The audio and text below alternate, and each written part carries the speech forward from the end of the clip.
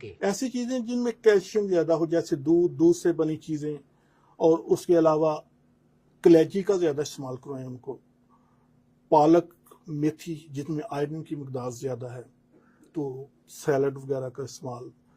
Fast food से बिल्कुल दूर रहें, ये आपको न्यूट्रिशन नहीं देता, ये सिर्फ चस्का है।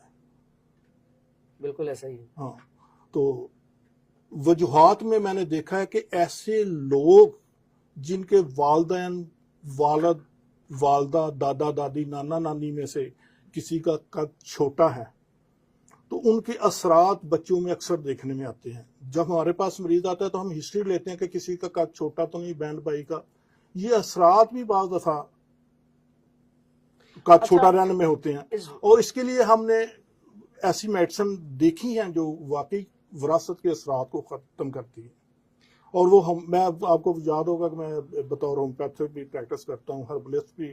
तो उसमें होम्योपैथिक की चंद एक मेडिसिन है, जैसे बेसिलिनियम है, ट्यूबरकुलानियम है।